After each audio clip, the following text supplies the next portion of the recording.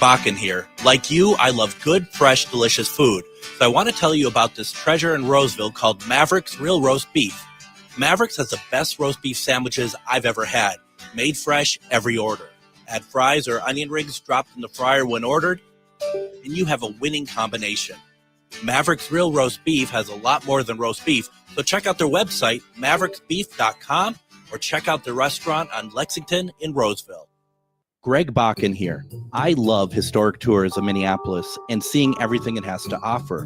But if you know me, I like to include a little spooky in my tours, which is why I found the perfect combination. Minneapolis Trolley Tours does this amazing candlelight ghost tour that you have to check out. It's an extremely immersive experience. It's a trolley trip that starts out at a haunted mansion, traveling around Minneapolis locations, exposing ghost stories that the public and business owners would rather left untold. Then a tour of the aforementioned haunted mansion where ghosts of past residents from the 1800s reside, plus a lot of surprises to discover. Next, experience Gertrude's After Hours. Did I mention Gertrude is the mansion's most famous ghost? Maybe she'll show up. And you finish up the tour at Gertrude's Lounge in the haunted basement of the mansion with refreshments and Q&A. The trolleys are climate controlled and the mansion is restored to perfection. Check out MinneapolisTrolleyTours.com for more information. With a look at your AM 950 weather, I'm Patrick Lilia. Cloudy tonight with a low of 43. Then Tuesday, another chance of rain with a high of 47. Maverick's Real Roast Beef has the best roast beef sandwiches in the Twin Cities, but don't miss their other fabulous offerings like Philly steak, brisket, fish, and more. Maverick's is located in Roseville on Lexington Avenue, 1 mile south of Highway 36. Check them out at mavericksbeef.com. Portions of the following program may be pre-recorded. The views expressed and the opinions given by the individual host, guest, random reptoid, or chupacabra may not necessarily reflect those of AM 950 Radio, its affiliates, or its sponsors. Now, it's time to step into the unknown.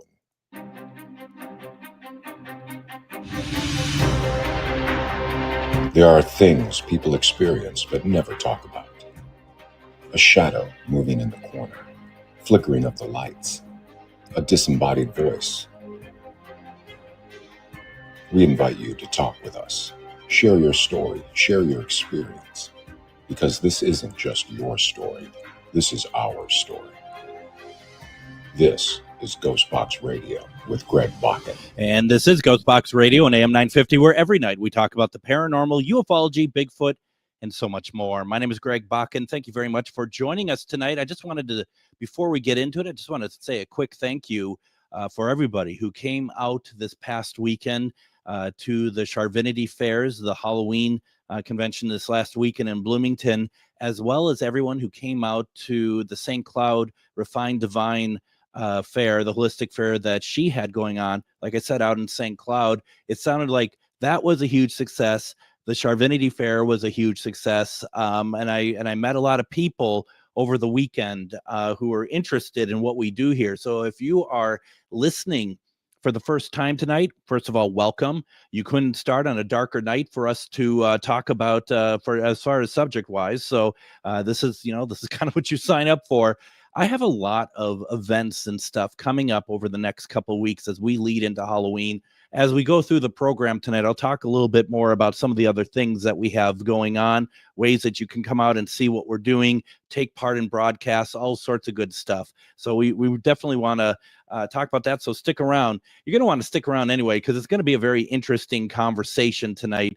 Tonight, I have with me James Annitto, and James and I have known each other for a number of years, and James has been on the show a long time ago, and it seemed like a good time to bring him back. And James is a renowned demonologist. He's an author. He's a paranormal investigator with a career spanning 2 decades. He has been actively investigating the paranormal since 2004, bringing a unique combination of analytical thinking, psychological insight, and spiritual understanding to his work. James holds a bachelor's degree in psychology and is currently pursuing a master's degree to deepen his understanding of the human mind in relations to life, death, and afterlife. We are going to be talking about demonology tonight. We're also going to be talking about a couple of the books that he has been working on that are going to be coming out very soon. A lot to get to tonight, so let's get to it. James, welcome to GhostBox Radio.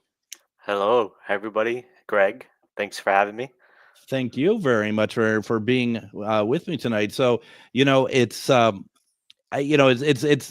it's really hard to kind of know where to start because I don't want to just start with like what's demonology. It's because we talk about it enough on the show. Matter of fact, last week, one of our regular psychic medium, Refined Divine, talked about a situation that she had with her son, and as she's a energy healer, she's able to take care of that. And she named it as such as a demon. When it comes to this sort of thing, I guess we don't need to go into what demonology is, but I'm more interested, I guess, in last time we spoke, you mentioned, and this was years ago, there hadn't been a lot of cases for demonology per se. A lot of leads, a lot of things that look like demonology may not end up being such. Has that changed over the years? Are you seeing any more cases that are actually maybe feeling like that it has demon involvement? Well, it's a good question. I did step away for a while, so I've been out of the game for 10 months, so I'm kind of getting my feet back into it. But before that, before I stepped away, I did was involved with a couple cases that I worked with Father Bob Bailey when we were working together in our lecture group / group Faith and Reason, and his group, the Holy Apostolate. But I think those were lesser things. One was a curse that we were dealing with. Was full-fledged, generational sin, generational curse thing. But I really, it's a rarity for me. Like if I was a different person, and this is nothing against my compadres or other people in this field, but I really do not quantify that term wholeheartedly. Like even though there's not every single time there's going to be a conclusion in a case. Sometimes that conclusion is just helping a family overcome their hurdle, regaining their faith, not having them be scared in the home anymore. Even though I'm a cause and effect person, I really want to get down to the nitty gritty. But really, the most important thing is helping them. So sometimes it's there and you can see all the characteristics if you've been around enough times with this family or what they're dealing with, or if you've been brought in by a paranormal group that has already collected all this data. But to be honest with you, I haven't really touched a case that I would emphatically call demonic in quite a long time, actually. And even as a demonologist, knock on wood, I haven't, because they're not the funnest of cases. They're very dramatic in the sense of how emotional it is. It's physically tolling as well, mentally tolling. So it's great that I haven't come across it, as much as it's a great case study and something to look at. I pray every day that I don't get one, and thankfully I haven't. But I have worked a lot of different cases with a lot of different characteristics and um, reasonings of why these things were happening. And I suppose too, I feel like that gives it a little bit more credibility to say that not everything, and maybe actually, let me revise that, hardly anything is demon related, because that seems too simple, doesn't it? It seems too easy for everything to be that way. And as cynical as I am, and I have a very cynical view on our field lately, to be very honest. It feels like people jump to the extremes, and I get worried about that. So to hear you say that actually makes me feel better. Yeah, well, the paranormal is, if it was normal, then it wouldn't be called the paranormal, supernatural, or preternatural, right? So I'm a one percenter. I believe that most things have explanations, or maybe it's something within us that projects these things that we experience. But yeah, no, demonic cases are very, very, very, very rare, and I think that there are certain people that might draw towards it and label something evil or even negative, something demonic, because it's just the easier explanation instead of peeling back the onion and trying to figure out really what it is. And on top of it, too, in reality, it's a physiological reaction first and foremost when we come to across something we don't understand through evolution. When we were still troglodytes and cavemen, our that nature of it was that if something was in the brush, we would think it's a predator, because it was a means of survival. And that has come across with us throughout our evolution as humanity. And we still have it to this day. So a lot of people like to jump to the worst case scenario because it's easier for some reason to explain it's something than it's not. In reality, it kind of puts the yellow caution tape up. Oh, it's demonic. So be very careful, which in a way is fine. But the problem is that you have a lot of these people yelling it out, telling homeowners that they have demons in their house. And that's where the dangers lie, because when you tell somebody that there's a demon in their house without even fully understanding without collecting enough data, being there enough times, understanding the characteristics and methodologies of how to find out it's a demon, you're putting psychological distress on these people. And on top of it, entertainment grabs it, because like, even though the paranormal activity movies were a great idea, look at really what kind of catapulted it was a demon, right? Nobody would want to watch it if it was just a normal spirit just playing tricks.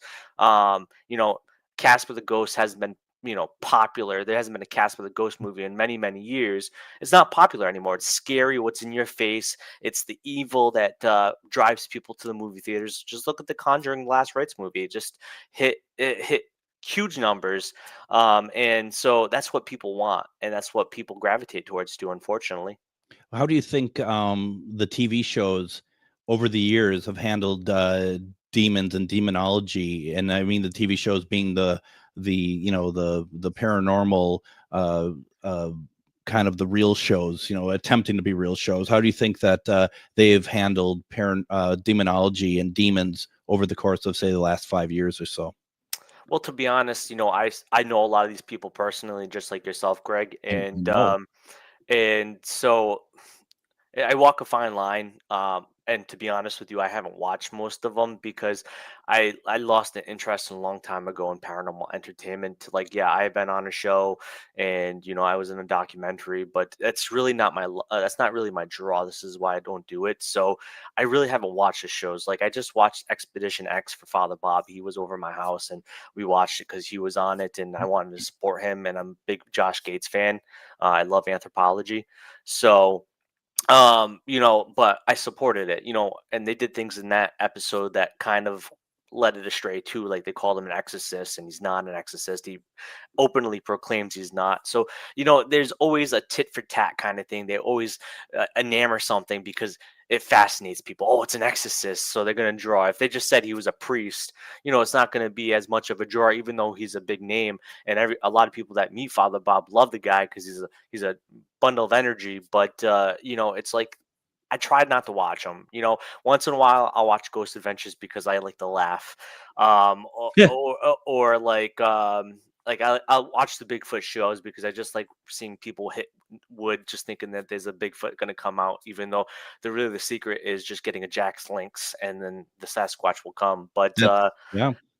but no, I really haven't watched them over the past 5 years. It's been a long time since I really actually just put down, but from what I've heard, it's been a common cause. That's what people draw to, is the negative. That's, if you look at ratings of shows, like, especially when I was on A Haunting, right? Even Mhm. though I had some disagreements on how it was handled, my episode with Mary Jo Chudley, most of it, of course, was true. What happened to her, but I said a lot of things in my interview, of course, that they didn't put on there.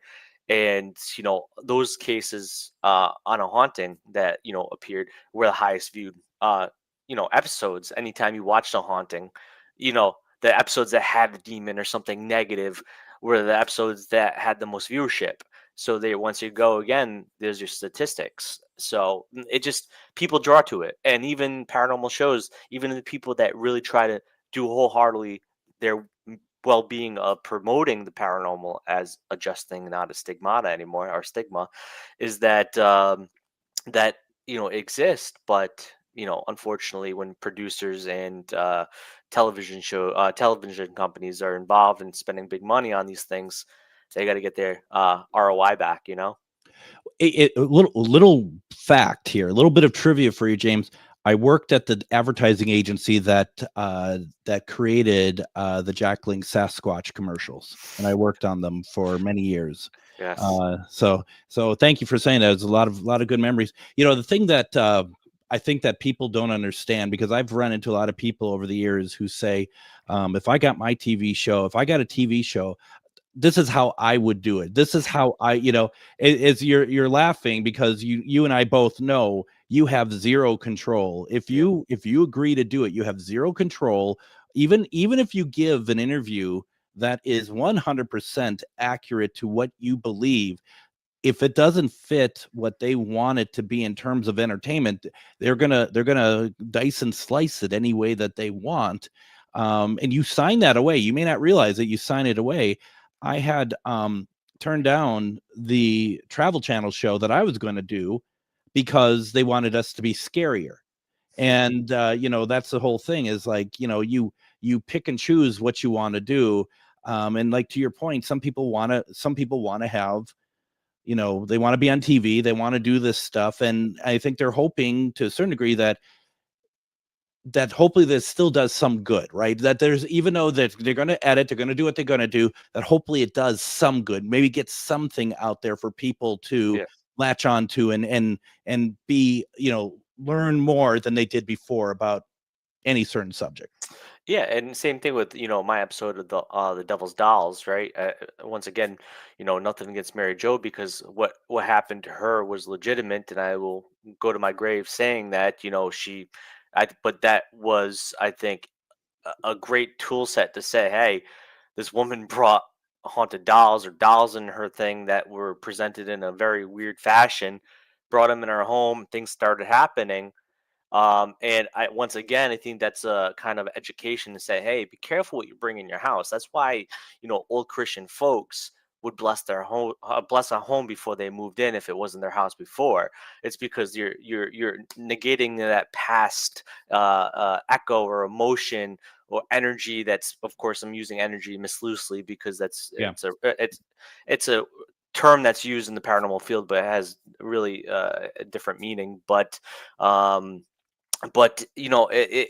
think that these episodes, like you said, do have an educational value to it. And I think that most times, people walk away saying, okay, this can exist, especially people that might not believe. But of course, you're never going to change a diehard skeptic that doesn't believe in it by watching that show. They're going to laugh at it and say that there was smoke and mirrors and, this is all entertainment. So it's good. But one thing that I've seen over the years, over 20 years, is that these shows do bring out more people to tell their story and receive the help that they need.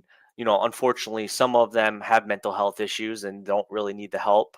They need a different kind of help. But I think it gives that ability for people to reach out and hopefully receive something, either if it's psychological or spiritual. Absolutely. No, I couldn't agree more on that. Why don't we go ahead and do this? I want to go ahead and take our first break.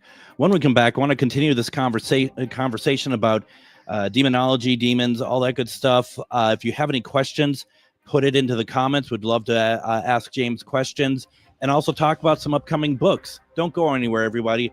You're listening to GhostBox Radio on AM 950. Greg Bakun here. I've told you about the out-of-the-world roast beef sandwiches at Maverick's Real Roast Beef, but I haven't told you about their Philly steak sandwiches, turkey bacon avocado sandwich, BLT, crispy chicken, fish sandwiches, brisket, or pulled pork. Okay, you get the idea. They make a lot of delicious food to the same standard as their famous roast beef sandwiches, and now I'm starving. I'm going to go to Maverick's Real Roast Beef off Lexington and Roseville, and you need to go too. Check out their menu at mavericksbeef.com. Have you ever met someone who not only can help you on a deep spiritual level, but also potentially change your life? Refined Divine is an extremely gifted psychic medium who travels the nation and lives right here in the Midwest. And she offers mediumship, mentorship, house and business parties, energy healing, palm readings, and so much more. Refined Divine has helped thousands, and she can help you. Hi, this is Psychic Medium Deb. I cannot wait to hear from you. You can go to refinedivinepsychic.com. Greg Bakun here. I love historic tours of Minneapolis and seeing everything it has to offer. But if you know me, I like to include a little spooky in my tours, which is why I found the perfect combination. Minneapolis Trolley Tours does this amazing candlelight ghost tour that you have to check out. It's an extremely immersive experience. It's a trolley trip that starts out at a haunted mansion, traveling around Minneapolis locations exposing ghost stories that the public and business owners would rather left untold. Then a tour of the aforementioned haunted mansion where ghosts of past residents from the 1800s reside, plus a lot of surprises to discover. Next, experience Gertrude's After Hours. Did I mention Gertrude is the mansion's most famous ghost? Maybe she'll show up. And you finish up the tour at Gertrude's Lounge in the haunted basement of the mansion with refreshments and Q&A. The trolleys are climate controlled and the mansion is restored to perfection. Check out MinneapolisTrolleyTours.com for more information.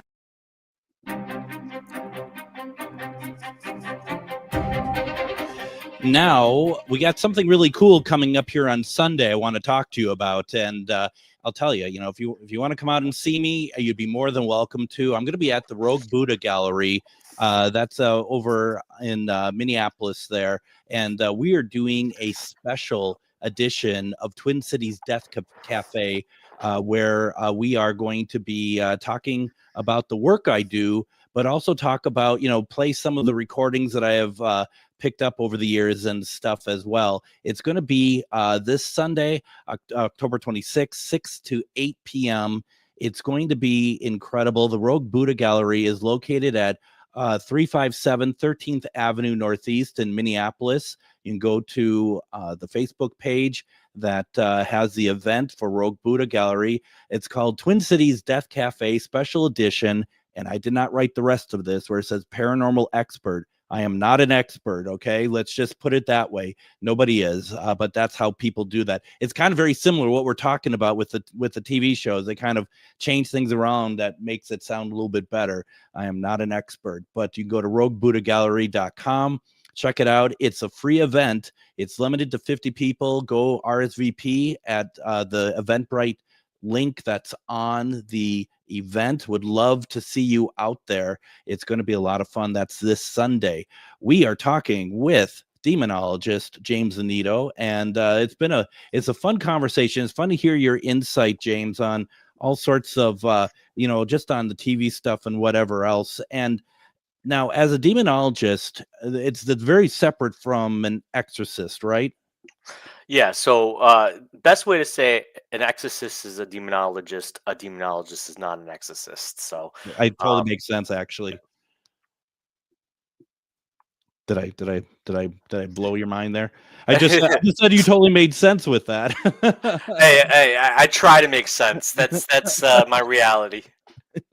Is it you acted like you never got a compliment before? I'm just hello. Yeah, no, but it makes sense because you. Yeah. And I've I had that conversation with James Long about that as well over time and everything else, and it's very interesting. Do you? I know we've talked about this before, but what was it that brought you into like that area of it all, the demon side of it? Is there a I'm just gonna say, is there like a dark interest in demons, or is there something more to it? I'm just kind of curious where that comes from. Well, I love the evil tendencies of humanity and how Yeah. historical value it is, really, because it bleeds through all cultures to Mesopotamian times. But really, what just kind of got me involved in it is because when I was a kid, I like to say I was a Darwinist, so I was very into biology, evolution, science. Still quite am today, but now I have faith. But I was, I would say, I'd like to say agnostic or atheist when I was a kid. So what got me to the paranormal was because I thought it could give me a better explanation of what God was, right? Spirits, aliens, all these things that could explain a higher power. but really, in my travels, and I'm paraphrasing it shortly so we can move on from it, is that I got involved with a guy named Carl Johnson. Yep. I was tech manager for Beyond the Veil Paranormal, which was his group and Dina Palazzini's group. And, I always had a fascination with demonology. One of my favorite books as a kid was King James Demonology, Hammer of Witches, some great testaments of the Inquisition period. Also brutal, if you say so, because they killed a lot of innocent people. But so I really had a fascination with good versus evil, the Theodicies, which is an Epicurus thing, Greek philosopher. But yeah, working with Carl is really kind of what catapulted it. And then I started applying the study, because demonology is a study. It's an academic study in full wholeheartedly. And then just like a biologist can apply the teachings of the academia, or a doctor, medical doctor can apply the medical teachings, can apply it to physical applications. I started applying it as a demonologist in the sense of the field study and field work.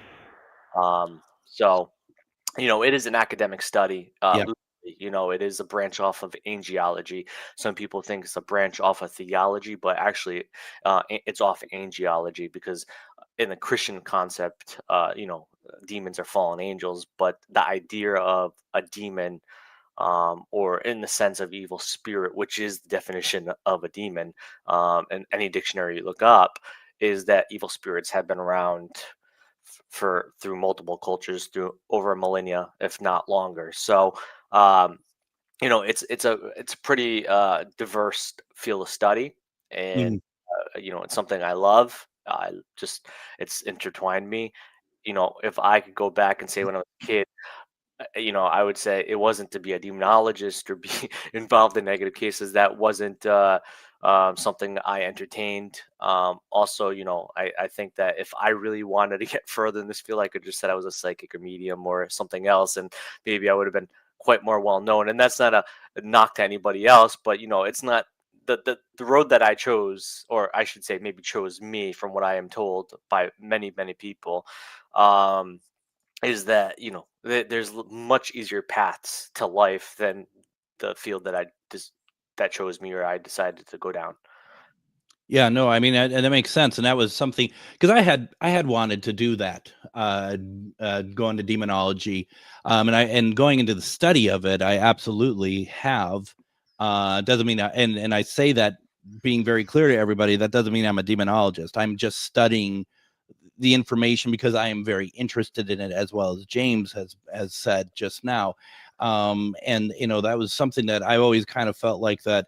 My path that I walk is, on both, kind of, I walk the fine line between light and dark in certain ways. And, I find it very interesting. And like you, I also find, just the angelic part of it as well very interesting. Like I've just read recently that, and I don't know how true this is, like, uh, there's a hierarchy within demons that sounds like it could match the hierarchy of angels. Yeah, so basically, the hierarchy has changed countless times through many different philosophers or theologians, right? So Mhm. the most recent and the most commonly used in the field of demonology, in the academic sense of it, is that it does kind of mimic like thrones and archangels and angels, and like the hierarchy of the angels.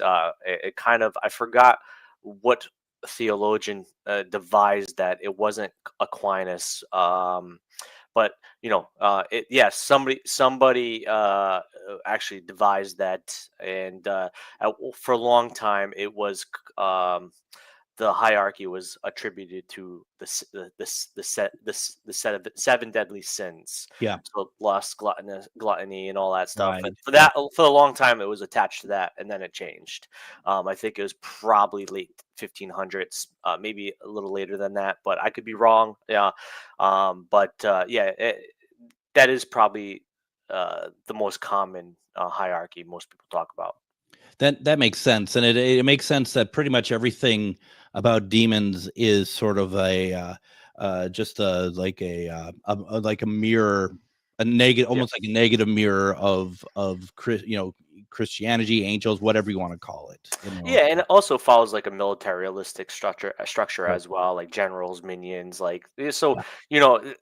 It was simplified in the sense that it gave more of an expanse of what specific levels and traits of these demons would have, and to what level they are amongst the ranks when they fell as well. Sure. No, oh, that makes sense. I mean, that makes a lot of sense there. Yeah. I was curious also, because you work with a lot of paranormal teams. I work with a lot of paranormal teams. I've been very clear throughout when people bring me in to do stuff that if things start feeling a different way in terms of that it's not just spirit, that this is where I will bring someone else in. I will not go any further with like as an investigator, because this is, I'm not qualified to do so. To paranormal teams that are out there, and I find it that, some, not all, some though, kind of hope to find something like that and want to take it on themselves. What is a good sign for them to be like, this is not something that I'm able to do, I need to get, more better help, basically? Yeah, my way of living is the more people in the boat moves faster, right? So I'm like you said, you're not an expert. I'm not an expert. I will call upon people further with more knowledge than myself, or that maybe is an exorcist that has that expertise. But for people that want to find it and want to deal with it and to experience it, to believe it's real, I think it's kind of like validity for them, is that it's dangerous to want that. A new age thought theory, a new thought theory would be laws of intention, laws of attraction, right? So if you intend or want to find it, you're going to find it. And I brought people on cases with me multiple times that maybe necessarily weren't ready, and these weren't demonic cases, these were negative cases, and it really kind of opened their eyes to the work that I deal with. And I feel like when people come across that now for a demonic, how I would say and how I've kind of utilized myself, and maybe I'm different, but I feel like that most people that have been with me in these cases have felt this similar force. Is I always tell people, if you walk into a threat through the threshold of a house or business, depending on what is the infestation or oppression possessions being located at, once you walk through that threshold, your fight or flight will automatically, the physiological reaction will kick in. And then on top of it, you will feel like you're getting punched in the solar plex, or getting sharp pains, maybe in your third eye, if you believe in that. And also you will start to feel dread and sickness as well, because the weight, and you also feel like if you've ever gone through like heavy mud before, or quicksand, or in that analogy, I've never been through quicksand. But if it feels like you're walking through a murkiness, like a heaviness, and that's every case that I've dealt with that was demonic. This was true. And Okay. it was suddenly felt, and I don't claim to be a clair or psychic medium or anything like that. It was suddenly felt, and I also think that I do have discernment in some sense. So, but I also think over time my body has become accustomed to understanding um, the levels of the severity of the situation as well. I like to say I get the spidey senses, a tingling, or if something's nearby. But I'm not saying I'm something special. Maybe it's just how my body has come to understand an ethereal change in the environment. But maybe just my subjectiveness, my confirmation bias in my head. But I don't think that to be the case. But that's how I would say that to a team. If you feel that if you start to have mood changes, you might want to separate yourself from that case and find somebody else. Well, and I would presume that seeing that you've been through it in some way before, that it's probably something uh, pretty unique that you're not going to forget. So you're gonna once you start getting that feeling again, you're gonna just be like, this is starting to raise some defenses for you. Yeah, and it's not like an automatic conclusion. So don't get me wrong. No. Like I am a very analytical, critical guy. So like I will try to figure out what's going on. Like you got to remember, like people do leave their emotions into environments. It doesn't dissipate right away. It is ephemeral. But people do leave their emotions, and I say like if you go into a work environment that's negative, you're gonna feel that physically, mentally, and Yep. probably spiritually as well. It's gonna rock your core. So you have to the kind of understand the circumstances going on in that house before you jump to that conclusion. But once you start dissecting, or as I like to say, peeling back the onion, and figuring out what it truly could be and what those feelings were from, then you can start kind of leading towards that direction. But there's just more than just walking through the threshold, feeling that, and then just saying it's a demon. It's not like a sudden reaction. There's going to be a lot of in-depth data collecting and observation and multiple visits sometimes, Well, unless and yeah. I was just going to say, and I don't think there's a great way to answer this because you're absolutely right. It's every case is obviously very different, and but to your point about, how long does it take to get to a point that you can start to think that this might be what it is, that there might be demonic involvement. To your point, yeah, you're not going to get it the first time, which I'm sure you've had this. I've had this many a times, people reaching out for me to help, and they tell me that like a light goes on and off in their house, and then they say, I think it's a demon. It's like, no, it's not. But, I mean, generally speaking, how, and I know this is probably not one that you could really answer. I mean, how long do you think it takes to start to realize that, okay, this is actually something that is beyond what we thought it was? It could depend on how you approach it, right? If Yeah. you start, it could really be how long you're there the first time. But for me, it was subtle things, right? Or big things, or like big impacts, like a person going under a fit of a possession, or a very unnerving nightmare. Those are things that kind of led me towards jumping on that and saying it's that, right? Um, in some cases, an infestation, depending on how much of a hold it has on a family. And if you get it sooner than later, it's easier to disconnect them from that reality because, it's based on their willpower. I could do my thing and invoke a higher power and do all that, cleanse their house through my higher power. But if they go back to their same old habits, it's just going to revert back to what it was. So Yep. it's a mixture of both, right? So in that sense, um, it's cautionary to say that I forgot.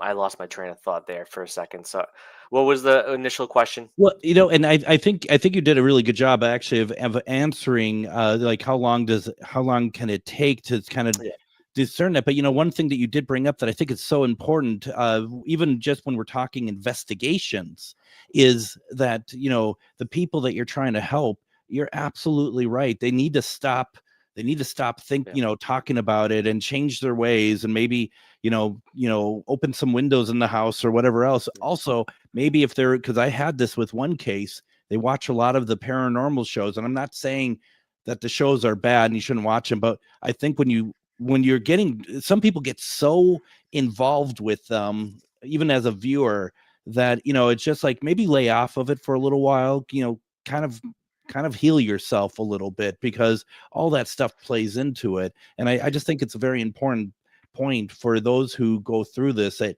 you have to disconnect from certain things so that that healing can actually be completed. yeah. And I remember my point actually, and it kind of reflects upon that. So it's actually worked perfectly. Is that sometimes it doesn't need to be long. Sometimes when you Yeah. feel like there's enough sign and there enough distress, you do that deliverance on that home, and sometimes that could just be that done deal they need, or you go back and do it again. Sometimes, like, I'm a cause and effect person, right? I would love to understand the cause and the effect of what's going on, but if you can dissipate it real quick and it works for them, great. But like you get like once again, you stated, and as I stated, to reinforce for people that are listening and dealing with it themselves, is that it is a power. It is a battle of will, right? Yeah. So you have to fight for it. And as much as I hate to be a Bible thumper, like I am a Christian. And I love God and I love Jesus, and I'm not promoting that to you people if you don't want to follow it. But what I'm saying is, at the end of the day, science proves it that faith is a huge component of the human brain. Yeah. They've done EEG studies and MRIs. Uh, Faith in something. It doesn't have to be in Christianity. It doesn't have to be in Buddhism. A faith in something is empowering. It will get you and accomplish your goals. And if that is a spiritual battle, it's the same thing. It's still a battle that you have to fight to win, and that's a goal, right? To get past it and achieve. Well said. I mean, honestly, well said. Why don't we go ahead and do this? I want to take our next break. When we come back, we can talk more about this. If you have questions, put it into the comments. But I want to talk about a book that is coming out very soon that James has written. I want to get into that and other things as well. Don't go anywhere. You're listening to GhostBox Radio on AM 950.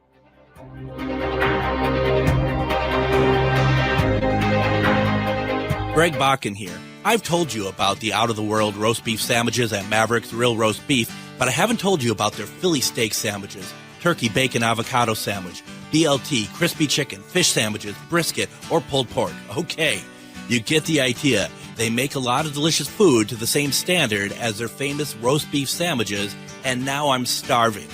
I'm going to go to Maverick's Real Roast Beef off Lexington and Roseville, and you need to go too. Check out their menu at mavericksbeef.com. Have you ever met someone who not only can help you on a deep spiritual level, but also potentially change your life? Refined Divine is an extremely gifted psychic medium who travels the nation and lives right here in the Midwest. And she offers mediumship, mentorship, house and business parties, energy healing, palm readings, and so much more. Refined Divine has helped thousands, and she can help you. Hi, this is Psychic Medium Deb. I cannot wait to hear from you. You can go to refinedivinepsychic.com. Greg Bakun here. I love historic tours of Minneapolis and seeing everything it has to offer. But if you know me, I like to include a little spooky in my tours, which is why I found the perfect combination. Minneapolis Trolley Tours does this amazing candlelight ghost tour that you have to check out. It's an extremely immersive experience. It's a trolley trip that starts out at a haunted mansion, traveling around Minneapolis locations exposing ghost stories that the public and business owners would rather left untold. Then a tour of the aforementioned haunted mansion where ghosts of past residents from the 1800s reside, plus a lot of surprises to discover. Next, experience Gertrude's After Hours. Did I mention Gertrude is the mansion's most famous ghost? Maybe she'll show up. And you finish up the tour at Gertrude's Lounge in the haunted basement of the mansion with refreshments and Q&A. The trolleys are climate controlled and the mansion is restored to perfection. Check out MinneapolisTrolleyTours.com for more information.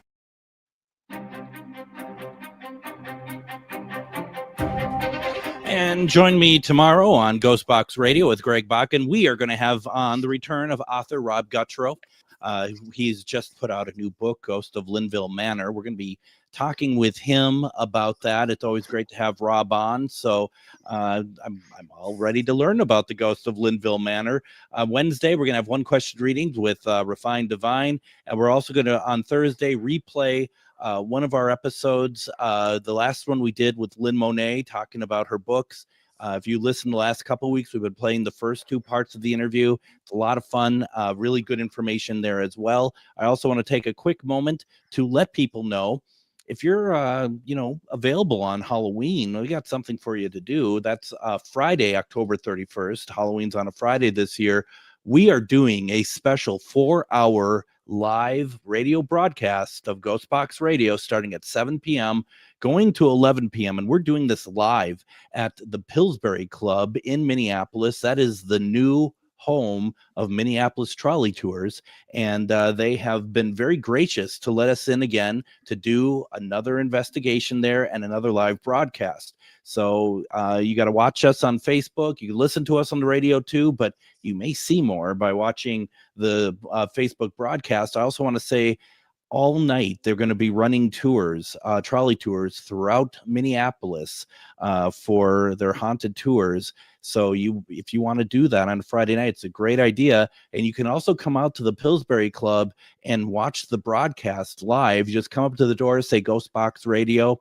They'll let you in. You can watch us do the show. There'll be a screen for other parts of the house so you can see the investigation going. We're going to have one question readings with Refined Divine, and she's going to be kind of remoting in from her place, but you can ask questions and get one question readings live from her there as well. It's going to be a lot of fun. If you want to see the times that the tour is going to be happening for the trolley tour, go to MinneapolisTrolleyTours.com. Otherwise, we're going to talk more about this special broadcast, but it's going to be October 31st, 7 to 11 p.m., and that's our way of celebrating Halloween. So I hope to have you either listen or see us. It's going to be a lot of fun. We are going to be finishing up our conversation here with demonologist James Annitto, and it's been a really interesting conversation. I feel like that there's so much more on demonology that we can talk about, but I do want to kind of move over. You have a book coming out, The Psychological Dimensions of the Paranormal, and I'd like you to just kind of walk us through what this book is about. Yeah, so for people that can see it on screen, here it is. It's a marriage between both my loves of psychology and the paranormal.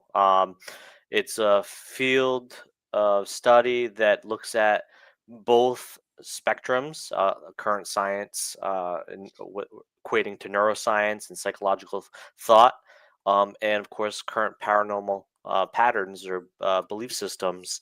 And it really follows a fine line between walks a fine line between skepticism and belief. It's observing it through a different lens. And one thing that I'd love to do in life is look through things in multiple different lenses to understand different opinions, understand why it might be different from mine, different theories. So it really just explains to people that might be dealing with the paranormal and look at it in the natural way and see if it's that, and I know there's a lot of people that don't want to seek mental health help, but maybe that's what you require. But I'm not stating that's what the book states. It's just a fine line of explaining how psychologists look at it and how believers look at it, and what current stuff is out there to say, maybe, hey, think of this, because I stated the Inquisition earlier.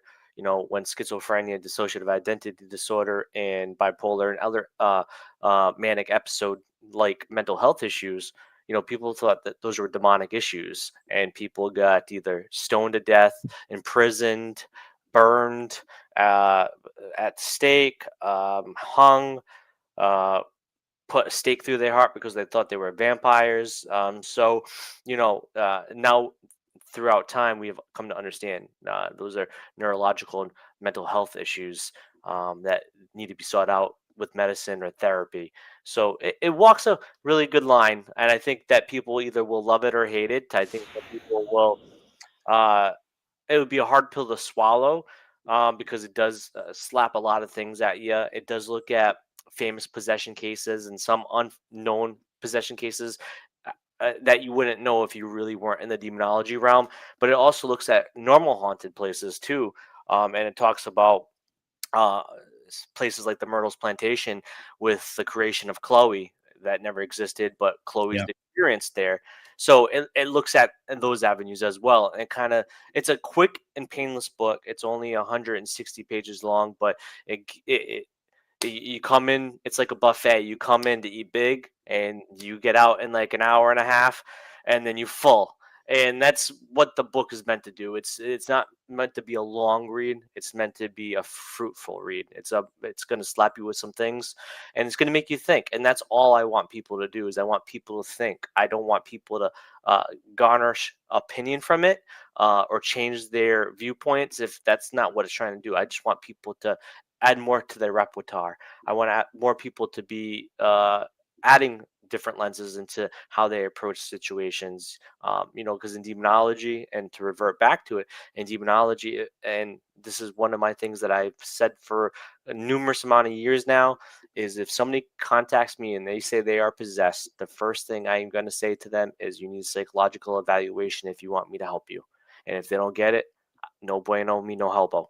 So it really kind of adds an element to it, and I think that people will find it fascinating, and I really hope they enjoy it. And on top of it, and your plug, not the nice meaty plug before the during the ad, which I really want to eat all that stuff, but your plug of October 31st, your 4-hour uh, stream, is the same day that my book, The Psychological Dimensions of the Paranormal, comes out on Halloween on Amazon, physical version and Kindle version. So, well, maybe if you're at the event with Greg, you should also go to Amazon and then buy the book.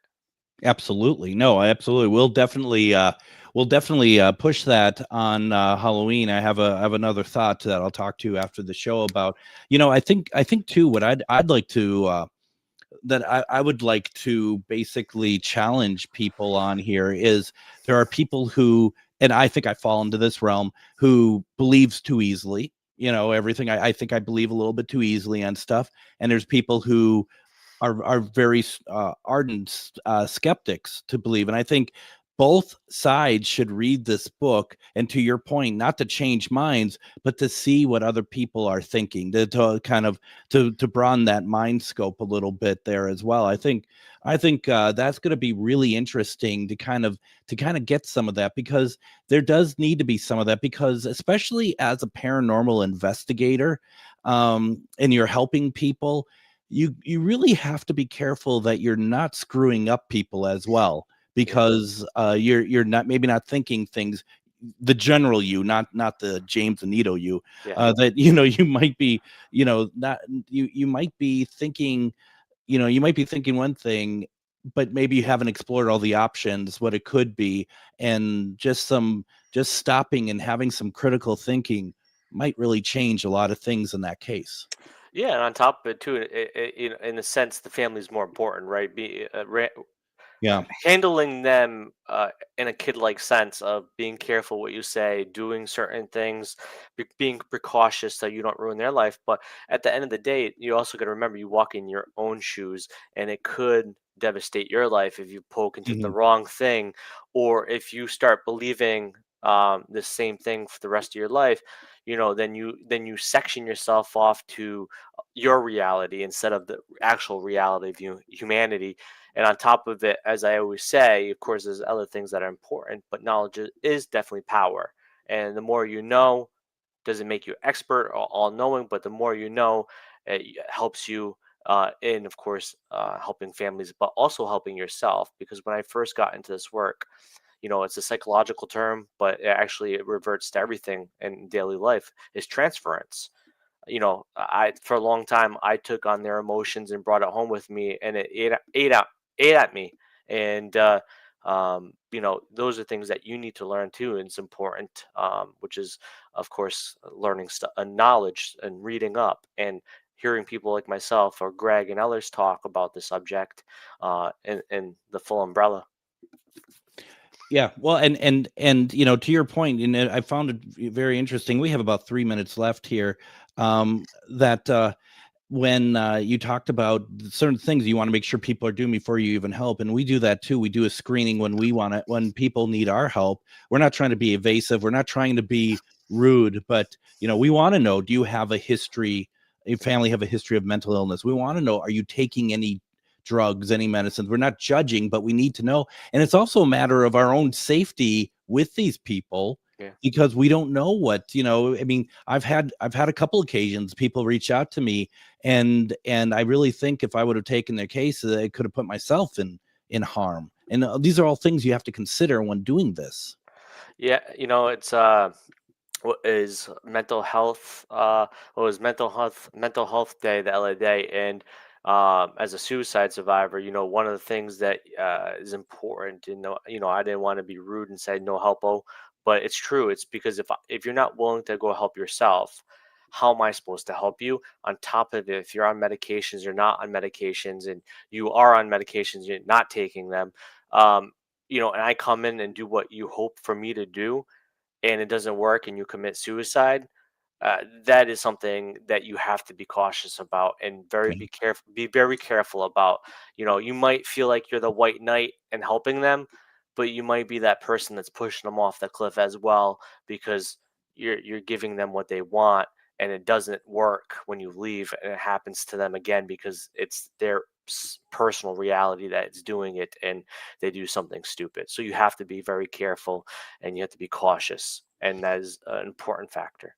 And I don't think people who aren't in this, I don't think they necessarily understand that there are risks involved. It's not all fun and going into dark rooms and stuff and hoping you hear something knock on a wall. There's a lot of considerations that need to happen before any of us take on cases of any kind. Especially, I'm presuming a demonic case, a potential demonic case. Yeah. A lot of safeguards have to be put into place there. And I think that's where your difference between a paranormal investigator and a ghost hunter would be. A ghost hunter is a hobbyist Yeah. that wants to go to haunted locations and just have a good time, have a thrill, right? And then there's paranormal investigators that dabble into it, do the same things, but then go into people's houses or people's businesses, and that's where you have to understand doing what you're doing is different. If you want to be a hobbyist and be a ghost hunter, no shame on you. Do what you want to do. Yep. But when you start mingling that fun with people's lives, be careful. Do you is your book up for pre-order by chance? The Kindle version is up for pre-order right now, but the physical is not. It releases on October 31st. I will put those links also, because we do GhostBox Book Club, and anyone who's an author on my show, we put it up there for people to purchase. It is an Amazon affiliated link if you all would think about that. But also please support James as well with that. James, we gotta finish this up here. We're all done here. It goes by quick, doesn't it? It sure does. But we'll have you back on because I want to talk with you about next year, about your next book, The History of Demonology. Yep. There's a lot to talk about. James Annitto, go to demonology.org to find out more about what he does. James, thank you so very much. Thank you, Greg. Thank you, everybody. All right, we'll be back tomorrow with Rob Guttrow.